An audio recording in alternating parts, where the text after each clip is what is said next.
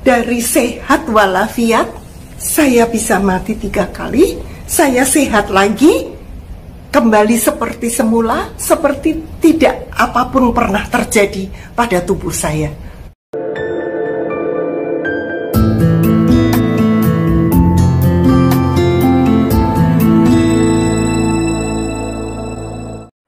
Shalom sahabat-sahabat, salam damai Yesus Kristus bagi kita semua.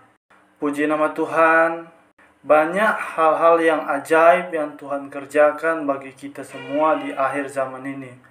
Sebagaimana Yesus Kristus yang ada di dunia pada waktu Dia mengajar dan bagaimana Dia menunjukkan hal-hal yang ajaib, hal-hal yang mujizat yang Tuhan Yesus kerjakan selagi ada di dunia ini. Dan sampai sekarang Tuhan Yesus masih memberikan hal-hal yang ajaib dan mujizat bagi kita semua. Seperti salah satu hamba Tuhan yang mengalami kematian sampai 3 kali. Dan Tuhan Yesus membangkitkannya kembali. Hal-hal yang mujizat, hal-hal yang luar biasa yang Tuhan kerjakan di akhir zaman ini membuat kita tahu bahwa mujizat sampai hari ini masih terjadi. Dan kita langsung saja ke videonya, tak perlu berlama-lama, kita saksikan videonya. Baik, saya akan sharekan apa yang saya alami. Waktu itu saya seperti bisa melihat semua roh-roh jahat yang ada di ruangan itu. Itu di ICU. Itu di ICU. Di ICU. Ya. Jadi segala macam bentuk, segala ribuan, saking banyaknya saya sebut ribuan gitu. Terus terang saya takut. Takut itu apa? Gitu ya. Terus semua pada datang gitu. Terus tapi saya heran gitu, kok berhenti, kok nggak bisa. Kenapa kok itu bentuk yang aneh-aneh, yang serem-serem itu kok nggak bisa lebih mendekat lagi. Sampai jarak tertentu berhenti. Saya pandang-pandang, oh ternyata ada seperti dinding kaca.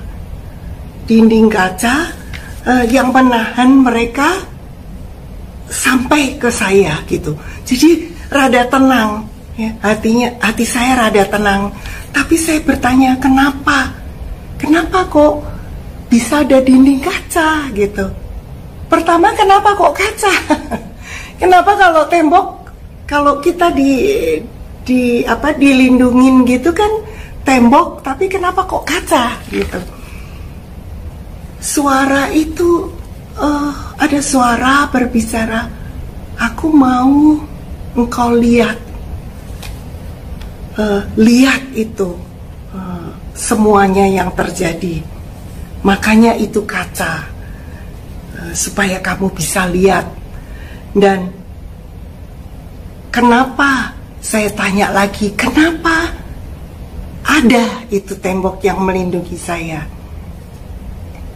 Suara itu bilang lagi, itu semua doa dari saudara-saudara, dari teman-temanmu, dari misa, dari semua romo-romo, semuanya orang yang berdoa untuk kamu waktu kamu saat ini sedang berdoa untuk kamu. Jadi setelah itu saya liatin lagi, oh terima kasih, jadi saya roh jahat ini nggak bisa datang ke saya bilang. Terus setelah itu saya hilang lagi, terus saya tiba-tiba ada di dalam air. Aneh kan, ada di dalam air, tapi kok nggak terganggu pernapasannya, jadi kayak ikan aja gitu. Jadi bisa bernapas bebas, tapi di dalam air. Ya nggak kedinginan, nggak susah bernapas, tapi semuanya air. Terus saya lihat ke atas, kok ada cahaya di atas ya. Jadi saya pengen tahu ada apa di atas itu. Jadi saya berenang ke atas. Saya berenang ke atas, terus saya muncul kayak di satu tempat yang air yang luas banget. Saya nggak tahu apakah itu telaga atau sungai atau, tapi sangat nyaman di situ ya. Suasananya sangat nyaman. Oh, saya sambil lihat-lihat kiri kanan, apa ada yang saya kenalin tempat ini. Tiba-tiba saya lihat ada perahu lewat gitu. Dari jauh datang gitu. Terus saya lihat lagi ada siapa di dalam perahu. Perahunya sederhana sekali, bukan seperti kapal pesiar atau apa, itu enggak, tapi sederhana sekali. Terus di dalamnya ada beberapa orang, bukan cuma satu orang, tapi mata saya tuh, pandangan saya tuh tertuju pada hanya satu yang di tengah, bukan di depan, bukan di belakang, tapi di tengah. Dia pakai jubah warna putih di dalamnya, terus warna coklat di luarnya. Saya berusaha sekali lihat siapa ini ya, seolah-olah hati saya kayak kenal gitu. Tapi jadinya makanya saya pengen lihat siapa gitu, tapi nggak bisa lihat wajahnya. Sampai saya buka-buka mata saya gitu rasanya, tapi saya nggak bisa lihat. Akhirnya sampai mendekat, itu perahu mendekat, saya cuma bisa lihat orang yang pakai jubah coklat itu di dalamnya putih, ulur tangan pegang tangan saya. Pada saat dia itu tangan pegang tangan saya, even sebelum ditarik dari air, saya merasa satu perasaan kasih yang luar biasa. Saya nggak bisa menjelaskan, bukan seperti saya mencintai suami saya atau apa, tapi seluruh tempat itu dipenuhi oleh kasih itu sendiri. Sangat luar biasa sampai saya menangis karena saya merasa sangat dicintai. Itu dia, merasa sangat dicintai yang tidak pernah saya alami. Waktu disentuh. Nah, setelah itu saya ditarik. Terus saya kayaknya hilang, saya nggak tahu di mana. Tapi saya bertanya. Setelah itu saya bertanya dan terus dijawab. Setiap pertanyaan saya dijawab. Kenapa saya tidak bisa melihat engkau? Karena because you are not holy. You have to be holy because I am holy. Pada waktunya nanti saya akan menguduskan engkau. Pada waktu itu engkau bisa lihat aku face to face, but not now. Saya tanya juga, kenapa dari pertama saya tanya terus, kenapa ada dinding? Itu dinding itu sebetulnya karena dari doa itu malaikat Allah berkemah di sekitar orang yang takut akan Dia dan meluputkan saya dari kuasa-kuasa jahat. Itu malaikat Allah yang membentuk dinding kaca itu, malaikat Allah sendiri. Dan itu karena doa-doa sahabat-sahabat saya. Jadi doa itu besar sekali kuasanya. Apakah itu untuk sahabat kita yang sakit atau arwah, yang terutama arwah yang sudah tidak bisa mendoakan untuk dirinya sendiri, itu dari kita itu akan ada ditunjukin itu seperti lorong jalan itu. Pada waktu kaca itu saya lupa tadi ya, itu dinding kaca itu kayak lorong panjang gitu, semuanya itu dari kaca. Jadi saya harus lewat situ, tapi aman, lewat situ aman karena ada dinding itu. Nah itu dia, kita itu akan aman lewat seperti janji Tuhan di mana ya, Mazmur 23 ya. Mazmur 23 yang saya lupa ingat ya. Sekalipun aku berjalan ya, itu dia kekelaman, iya, aku tidak takut bahaya sebab Tuhan besertaku. Itu dia. Saya tidak merasa takut lagi sama sekali, biarpun bisa melihat itu, rasa takut itu nggak ada lagi karena saya percaya itu saya dilindungi. Jadi itu kuasa doa luar biasa ya. Itu benar-benar seperti kita membentengi, mendinding kacakan ya. Orang yang kita doakan. Betul, Bu Mega. Daripada serangan-serangan kuasa jahat. Kuasa jahat itu nggak berhenti berusaha mengambil kita, nggak pernah berhenti. Makanya doanya itu juga nggak boleh berhenti kita berdoa, karena itu terus akan membentuk terus. Nah, sangat penting ternyata doa itu ya. Benar, Bu Michael. Saya setelah itu saya tadi lupa ya. Jadi saya suka lupa udah umur 70 lebih. Masih dan itu aja begini udah luar biasa. Udah kejadian hampir 4 tahun yang lalu.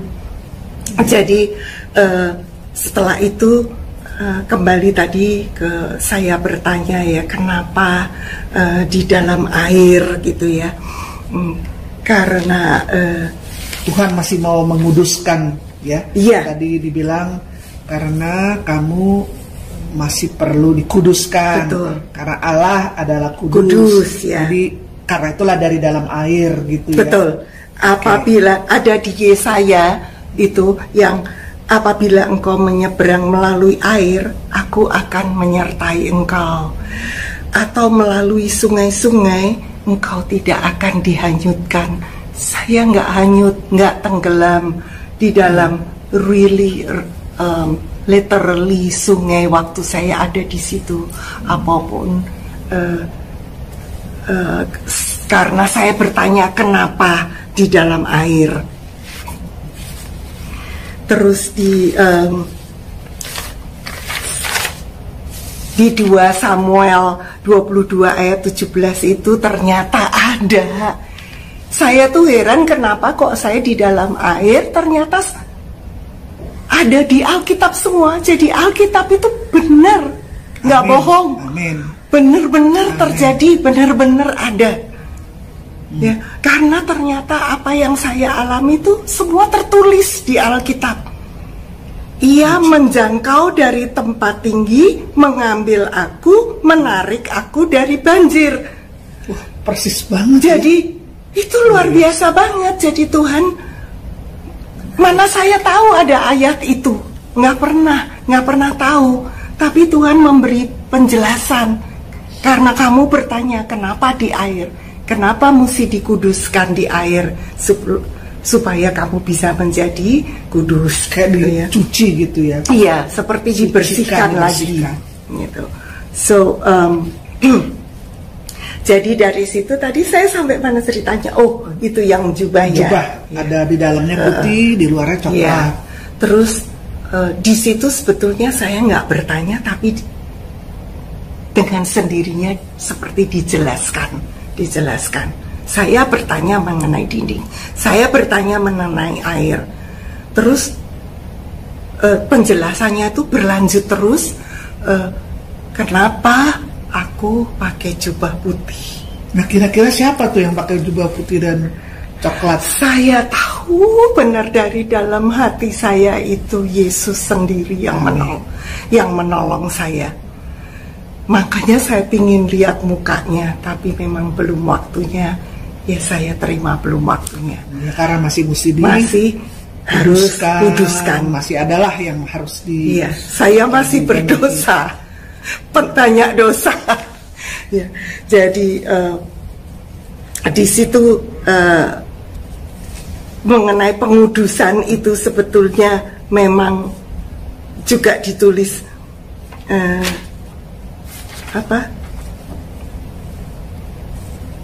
di Yeremia kalau nggak salah ya, sebelum aku membentuk engkau dalam rahim ibumu, aku telah mengenal engkau, dan sebelum engkau keluar dari kandungan, aku telah menguduskan engkau.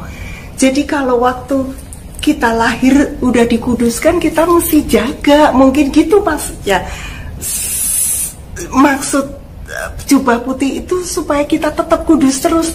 Tapi saya tetap nggak mengerti, masa hidup kudus itu gimana, seperti Santo Santa, jadi berdoa terus, nggak boleh bikin apa-apa lagi. Nah, di situ saya mendapat pengertian, ternyata kok seperti, setelah saya sadar, kok seperti Pope Francis yang pernah bilang bahwa hidup kudus itu, kamu harus hidup kudus itu bukan berarti 24 jam kamu berdoa di biara, tapi apapun yang kamu lakukan untuk Tuhan. Itu hidup kudus. Jadi, kalau segala sesuatu kamu lakukan untuk Tuhan, kamu tidak akan pernah marah, kecewa, sakit hati karena nggak dihargai. Orang melakukannya buat Tuhan kok, bukan buat suami saya. Apakah masak atau buang sampah, atau pengertian saya begitu yang dijelaskan. Jadi kita lakukan hal-hal sederhana sehari-hari, bahkan terhadap keluarga, tetapi dengan pemikiran bahwa saya lakukannya itu buat Tuhan, bukan untuk manusia, tapi bukan untuk Tuhan. Manusia. Jadi bukan seperti hidup membiara, tapi saja ya. Ya, bukan membiara saja, tapi orang biasa pun, istri atau pekerjaannya apapun bisa hidup kudus.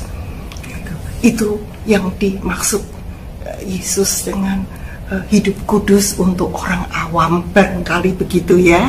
Itu yang tadi lambangnya jubah putih. Lambang jubah putih. Jadi lambangnya air kita dibersihkan, kemudian lambang jubah putih hidup kudus, kemudian nah, terus dia bilang jubah coklat ini brown itu kerendahan hati. Jadi number 1 holy, number 2 humble. Itu mengenai kerendahan hati itu memang benar-benar itu juga maksudnya kenapa kalau setelah itu saya sadarnya kenapa saya diberi itu. Kenapa saya diberitahu mengenai kekudusan? Kenapa saya harus humble? Saya pikir itu semua buat saya, gitu ya. Saya kurang kudus, saya kurang humble. Kalau saya lebih humble, saya nggak mudah sakit hati juga, nggak mudah marah. Ya biarin orang nggak menghargai, nggak apa-apa. Seperti Mother Teresa ngomong, ya tetap aja berbuat baik, nggak dihargai nggak apa-apa. Tapi kalau kita sombong, mana mau, nggak dihargai ya berhenti nggak mau ngerjain lagi. Mungkin maksudnya begitu ya. Jadi semua tuh saya selalu pikir itu buat saya, tapi karena saya kurang humble, hidup saya kurang humble. Nah, jadi 2, saya harus lebih holy, saya harus lebih humble. Yang ketiga, waktu Tuhan tarik tangan itu, tarik saya dari air, lihat bagaimana saya menolong engkau. Jadi engkau pun harus menolong yang lain. Jadi help others. Saya ulang lagi, holy, humble, help others. Seperti saya menolong engkau, engkau menolong yang lain. Sekarang kalau saya ditanya, saya ngerti kenapa saya harus ngalamin ini dari beginning. Saya look back again. Saya tengok ke belakang. Waktu itu saya lagi pimpin pujian. Lagu yang saya pilih itu lagu Maukah kau jadi roti yang terpecah bagiku? Maukah kau jadi anggur yang tercurah bagiku? Sampai sekarang saya masih nangis kalau nyanyi itu, karena setelah itu saya mengalami peristiwa itu. Karena saya tahu waktu saya pimpin pujian itu, saya sungguh-sungguh mau menjadi roti, menjadi anggur untuk Tuhan. Maka hati-hati kalau janji sama Tuhan, ya, harus benar-benar, karena waktu itu terus terjadi. Nggak lama, mungkin beberapa hari setelah saya pimpin pujian dengan lagu itu, saya janji Tuhan. Jadi saya selalu merasa bahwa kejadian itu bukan malapetaka. Buat saya bukan malapetaka. Itu satu berkat buat saya, karena Tuhan menjawab permintaan saya. Itu siapa, berapa banyak orang yang pernah mengalami berjumpa dengan Yesus. Saya merasa sangat diberkati, saya merasa sangat I am the favor of God. Kalau Tuhan nggak pilih saya, nggak mungkin saya bisa mengalami itu. Kalau Tuhan nggak pilih saya, nggak mungkin dari sehat walafiat saya bisa mati 3 kali, saya sehat lagi, kembali seperti semula, seperti tidak apapun pernah terjadi pada tubuh saya. Jantung saya bagus, normal, paru-paru saya bagus, ginjal saya bagus. Jadi ini kehendak Tuhan. Ini saya boleh mengalami ini as the grace of God. Saya merasa I have a favor of God untuk mengalami ini. Semua saya nggak menyesali. Sampaikan suami saya juga tidak pernah marah kepada Tuhan. Dan saya berjanji waktu saya bangun, saya berjanji saya tidak akan bekerja sebagai dokter gigi lagi. Saya hanya akan melayani Tuhan, melayani sesama saya. Sebisa-bisa saya sebagai manusia, saya pasti akan pernah, ya nggak bisa perfect. Saya bukan perfect, tapi saya akan berusaha untuk itu. Jadi sekarang saya sudah tidak bekerja sebagai dokter gigi lagi, tapi saya sangat happy. Tuhan yang mencukupi segalanya. Dan saya 100% selalu saya bilang yes untuk pekerjaan Tuhan. Jadi pesan Tuhan yang harus saya sampaikan melalui kejadian yang menimpa saya itu sebetulnya ada 4. Doa kita, kuasa doa, jangan pernah putus. Pray without ceasing, jangan pernah berhenti berdoa. 2, baju putih, holy, humble, help others. Itu saja yang Tuhan pesankan, yang sekarang terus saya berusaha untuk berikan. Bahkan kemanapun saya pergi, for some reason saya selalu bertemu dengan orang-orang yang mau dengar cerita itu.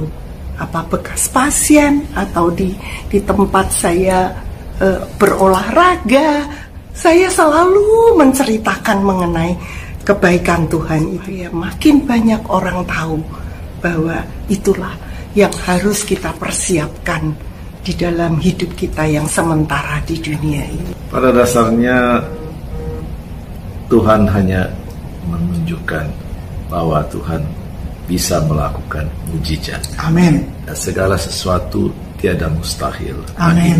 Amin. Amin. Malam hari dia tidur mati, saya terbangun. Banyak ada orang-orang pagi-pagi tahu-tahu istrinya sudah meninggal, suaminya sudah meninggal. Kedua, kenapa di rumah sakit ada spesialis jantung. Jarang-jarang tengah malam unit gawat darurat itu hanya jadi dokter. Yang pertama meninggal kan diperiksa nadinya udah meninggal ya. Akhirnya baru panggil 911. Dan juga kenapa 911 itu datangnya hanya 6 menit, kurang dari 10 menit, tidak jadi kerusakan. Jadi memang Tuhan sudah berencana melakukan ini tapi tidak membuatkan kerusakan. Kemudian yang ketiga, kita bisa mendapatkan rumah sakit yang terbaik di pantai barat Amerika sini, sehingga dia bisa mendapat penanganan yang baik. Terus miracle yang lain lagi, bahwa seharusnya mesti ganti jantung, tapi diperbaiki sama Tuhan. Kalau Tuhan tidak punya rencana, tidak mungkin itu bisa terjadi. That's another miracle. Padahal waktu itu katanya dokter kesimpulan gagal jantung, gagal ginjal, gagal paru-paru. Harusnya tanda besar. Harusnya ganti apa ya? Ada donor jantung ya harusnya. Donor jantung dengan syarat kalau otaknya masih baik. Kalau otaknya udah rusak, nggak akan dikasih. Secara medis mah rusak harusnya ya. Udah gagal tiga-tiganya. Ya. Kurang ada suplai darah ke otak. Tapi Tuhan masih gitu. Tapi yang paling penting, Tuhan bekerja untuk dengan saya. Kalau saya tidak pernah marah kepada Tuhan. Itu luar biasa sih. Kadang orang kan suka, kenapa Tuhan marah sama Tuhan? Kebanyakan orang yang bilang, istri saya ini, tapi memang istri saya ini memang lebih banyak melayani Tuhan daripada saya gitu.